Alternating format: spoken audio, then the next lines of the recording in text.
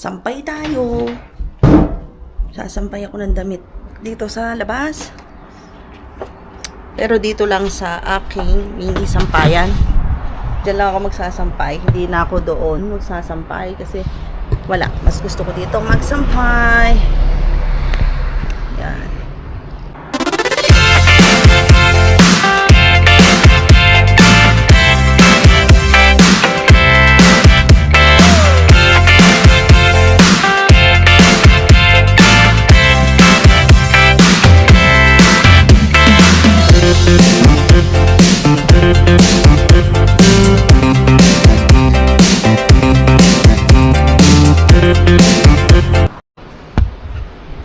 Finished!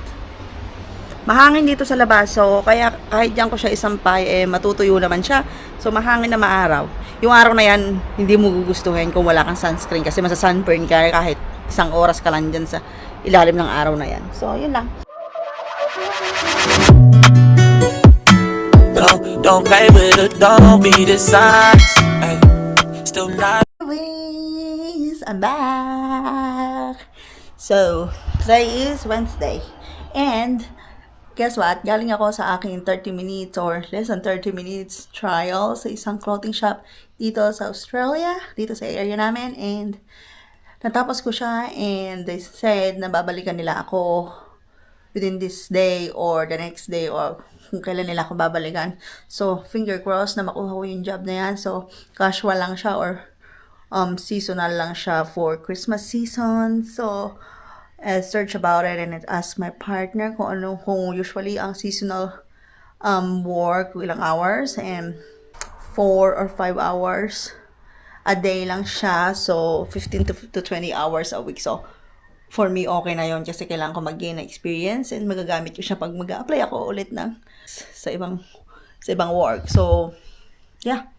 Finger crossed makuha ko yung job kasi try lang naman siya tapos simpleng interview lang. Wala naman halos interview nga kasi kabud lang ako pinatawag for trial. So, nag-fold ng damit which is yung normal naman na ginagawa ko ng fold pareho lang doon. Lalo na sa short. So, kung paano ko tupin yung short namin dito sa bahay, ganun din yung pagko-fold nila sa shop. And then, tinanong ako kailan ako available. Sabi ko, as soon as possible. And yeah, tinanong ako may question ako. So, tinanong ko is kung how many hours. And they said, 15 to 20 hours a week yung yata. So, probably mga 3 days per week lang ang pasok doon kasi nga, seasonal lang siya. So, from now and then, until January, that's their Christmas season. So, yun lang. Na-update ko lang kayo and yeah. Si Baba gumagawa pa siya sa truck niya hanggang ngayon. Sinamahan niya ako kasi hindi siya pumasok. So, kung makatatanggap ako doon, sasakay lang siya ng bus. So, madali lang. Alam ko naman na pumunta doon, ng bus siya ka pa uwi. So, yun lang. Sana makuha ko yun. Update ko kayo kung mag-email sila today or tomorrow. So, finger crossed kasi confident ako na nagawa ko yung tamang pag-fold and assist ng mga damit. Ayos lang ng damit. Yun lang. So, yun lang. Time is 2:15. So, what do you call that? Nag-iinit ako nung ginawa kong fried rice nung nakaaraang araw. So, kakain ako ng late lunch / snacks or merienda kasi nagugutom ako. Hindi ako nag-shake today. Nag-skip ako. And then, yung iniinit kong fried rice, talagyan ko nito ng tuna smoke flavor. Ayan. Dalagay ko lang siya. Iniintay ko lang siyang mainit sa microwave. Ayun si Baba.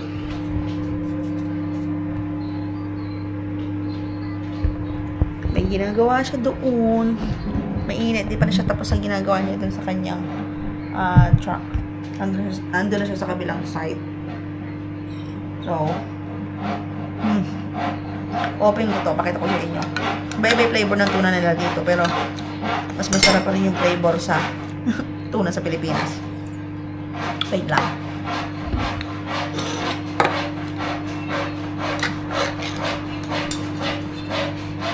Ayan. Smoke flavor. Tikman ko. Sarap.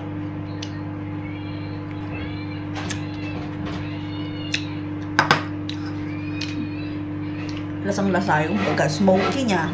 Oh, this is my second time. Nilaligit ko na itong rice. Oh, I think it's hot. Let's see. Wait.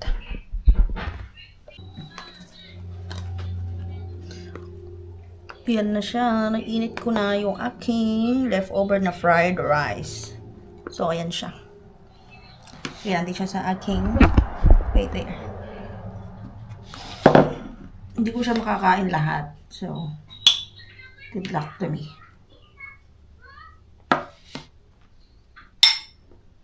3 scoop. 4 scoop. Ah, wait. Matawag.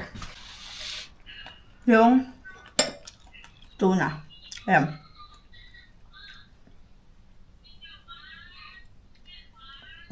Ayan. Yan ang aking late lunch. Late lunch, tsaka merienda na rin. Konti lang. Pero pag di ko pa napigilan yung sarili ko, madami akong makakain. Tikman ko. Harap. Lalagyan ko ng salt. Paminta. Tapos konting asin lang. Kasi iwan na maalat. So, yeah. Yan ang aking late lunch at merienda. Si Baba ayaw kumain kasi nasobran siya ng kain kahapon. So, kain muna ako. Hot.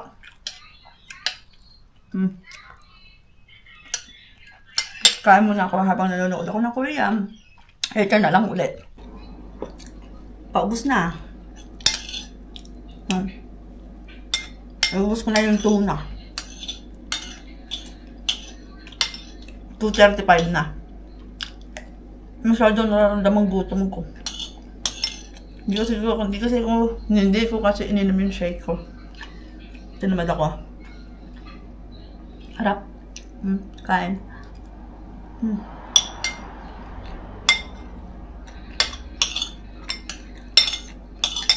May tira pa ako. Babalik ko lang sa rep mamaya. Ay sa freezer para makain ko siya tomorrow. Ay, sininok na ako. Oy. Kagutuman. Sarap.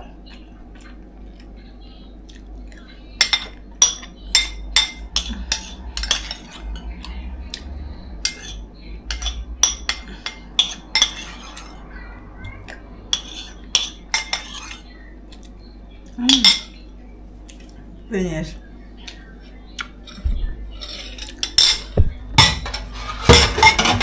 Bababarang ko lang to.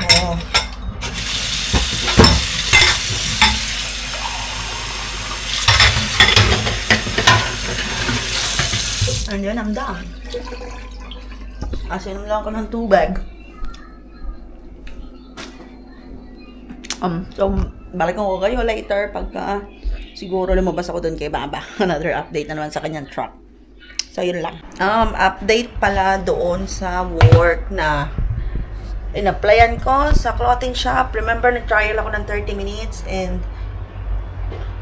meron ako ditong soup powder. So, ilalagay ko na siya ng tubig. Nagpainit na ako. Anyway, so, regarding that sa work na in-applyan ko, the next day, nakatanggap ako ng email from that clothing shop and ayun, hindi na-process yung aking application kasi hindi ko alam kung bakit. Super confident naman ako dun sa ginawa ko kasi nga, nag-fold lang ako ng clothes tapos nag-fold ako ng clothes tsaka inaayos-ayos ko lang yung damit doon. Tinignan ko marunong ako magtupi ng clothes, which is marunong naman ako. And super confident ako nung inang tinrial ko yon and nakaka-disappoint, nakakasad. Dahil hindi ako pumasa. I mean, na-reject ako. So, kahapon, umiiyak ako. Umiiyak ako mag-isa dito. Tapos, nung dumating si Baba, iyak ako ng iyak. Kasi sa lahat ng in-applyan ko ng work, doon ako naging confident na pakiramdam ko matatanggap ako, pero na-disappoint ako. Alam mo yung feeling na na-disappoint ka na parang na-hopeless ka na. Kaya ako naiyak. So, yun lang yung iniyakan kong trabaho na in-applyan ko. Kasi ang dami ko nang in-applyan, tapos na-reject ako o hindi ako na-process yung application ko. Pero hindi man ako naiyak.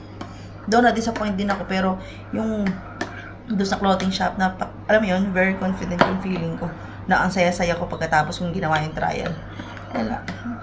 So, sabi naman nung maswerte ako dahil sabi naman ni Baba na kahit kailan hindi niya ako ipe-pressure na magtrabaho, na never niya akong pinressure, which is true, na never niya talaga akong pinwersa o pinressure na, alam mo yun, kahit may mga, alam mo yun, yung never niya siya nagsabi ng iba ng salita na makakapag, ma-feel ko na kailangan ko na mag-work. Hindi siya ganon. Never niyang ginawa sa akin yun. Kaya sabi niya, never kitang ipe-pressure, never kitang pinressure, never kitang ipe-pressure na maghanap ng work. Sa akin, ega, okay lang kung mag-stay home ka lang. Sa bahay ka lang, walang problema. Ako lang talaga yung pinressure ko yung sarili ko. Kasi nga, gusto ko na mag-work. Kasi,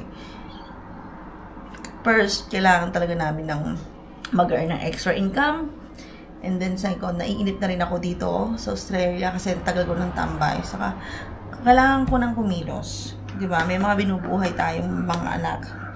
So, yun lang. Yun lang sabi niya sa akin. Ginagaranti niya na never kitang pe-pressure rin na magtrabaho. Na kahit hindi ka magtrabaho o kailangan tayo lang natin yung resulta ng partner visa na in-apply natin. Kasi pag naging permanent residence ka dito sa Australia, may makukuha kang money from government ng every fortnight o every 2 weeks. Maganda naman yun, kaya lang, syempre, mas gusto ko pa rin yung magtatrabaho ako, di ba? Iba pa rin yung may regular kang trabaho. Tsaka, mas malaki yung kita talaga, mas malaki yung pera. So, ayun, iniyak ko lang siya kahapon, and then, apply ulit. Apply lang ng apply. Naubusan ako ng coffee. Usually, pag morning, nagko-coffee ako. So, ito ang aking breakfast now. It's a powder soup na nabibili sa Coles na parang $1 lang yata siya per box. 2 na. Ayan. Alam niyo ba yung soup na crab and corn na powder? Ganun siya. Pero ito 1 cup. Gusto ko siya. Naubusan ako ng kape.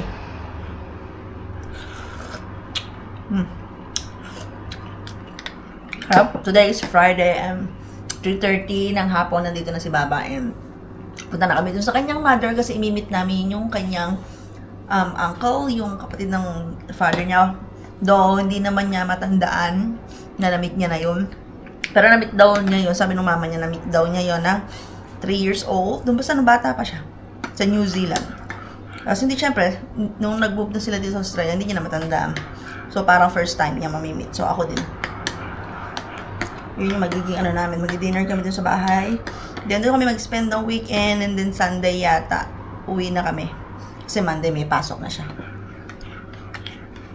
So yun, apply lang ulit ako. Mainam nga sana kung merong taga Cardiff, Glendale, o may mga Pilipino na tatrabaho sa Cardiff, sa Glendale, sa Charlestown, sa Warners Bay na Pilipino na pwede magrekomenda sa akin, o baka may available hiring sa inyo, sa work nyo, pwede akong mag-apply kasi frustrate ako and nakaka-depress talaga siya.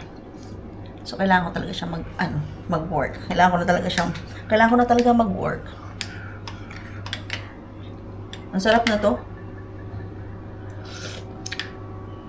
Na-try ko maging consistent sa pag-YouTube.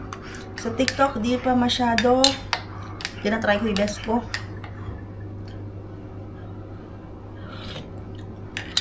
Pero sabi kasi nila, mas madali maging popular sa TikTok kaysa sa YouTube. Doon mas malaki kita sa YouTube. Yun ang purpose ko, kumita sa YouTube. Tsaka enjoy ko talaga yung gumagawa ng video, yung nagsasalita mag-isang ganyan. Alam mo yun, parang baliw lang. Enjoy ko yung nagsasalita ng ganyan sa camera. Tsaka enjoy kong mag-edit ng videos. Gusto ko lagi nag-i-edit ng videos. Kaya, yun, win-win situation. Kaya mag-subscribe na kayo sa aking video, sa aking YouTube channel, and panoorin yung mga video ko para ma-gain ko na yung 4,000 watch hours. So, yun lang. Magpe-breakfast muna ako and then manood ako ng Netflix. And yeah, balikan ko kayo later. Pagka gagayak na ako siguro pagka andito na si Baba or before andito na si Baba para mag-get ready na ako. And continuation to ng video ko, compile ko lang yung mga videos ko ng mga nakarang araw, tsaka alam mo yun, para isang video lang siya kasi minsan hindi ko talaga makuha mag-videos kasi may ginagawa ako and nag-spend akong time kay Baba. Yun lang.